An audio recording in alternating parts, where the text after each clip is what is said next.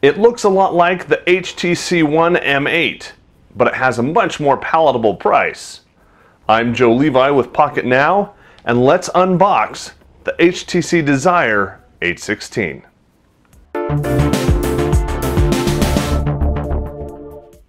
Well, let's go ahead and unbox this. And cut through the shrink wrap here, and we will discard that and set it off to the side. From here, a little shake, and the top comes right off.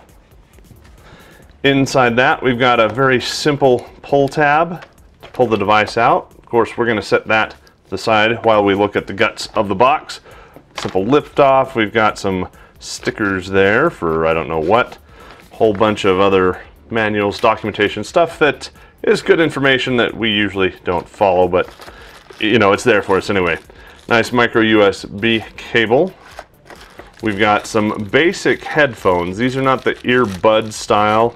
Let me go ahead and open this up just so you can see it.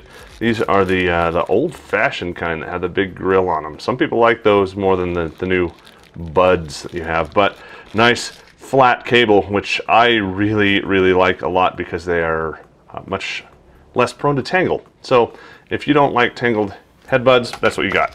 And then of course we've got a nice USB charger. This one of course does not have US style prongs because this is not a US style device, but that's okay. We'll go ahead and put those to the side and get to what we're really interested in. The Desire 816. Now, first of all, this thing is huge. This is, I would call it a phablet, even though it's only got a 5.5-inch screen. Let's go ahead and get this off. Before we do that, though, it's got some little places over here where it tells us where all of our fun stuff is. So we've got our access doors over on the side, so good to know. Go ahead and slide this out. And unfortunately, there is no screen protector on this, so we're not going to do a nice peel reveal like Michael Fisher would normally do, but there we go. First thing you're going to notice about this is different headphone or speaker grills. Still has boom sound up front, but much different. These aren't the laser drilled holes that you see on the HTC One M8, but they are still very nice. They're very pronounced. Got a nice camera up front, HTC branding down at the bottom. Over on the side, our power and volume up and volume down.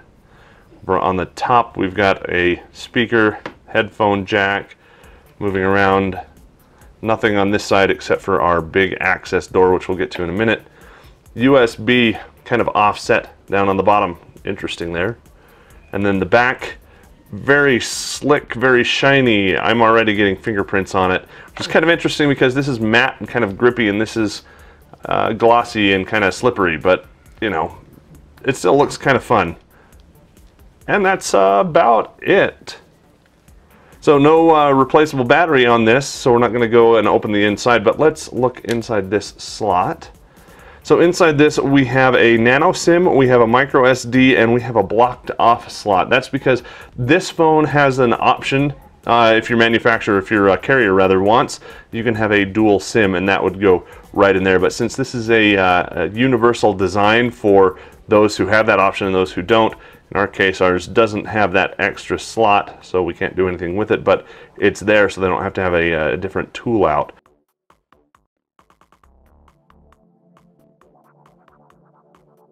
I'm going to head off to my local T-Mobile store and pick up a nano SIM and get this thing all going and start using it so I can let you know how it is.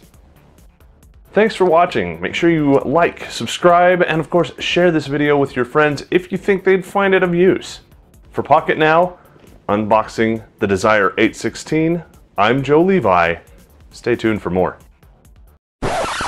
Something Desire. Desire.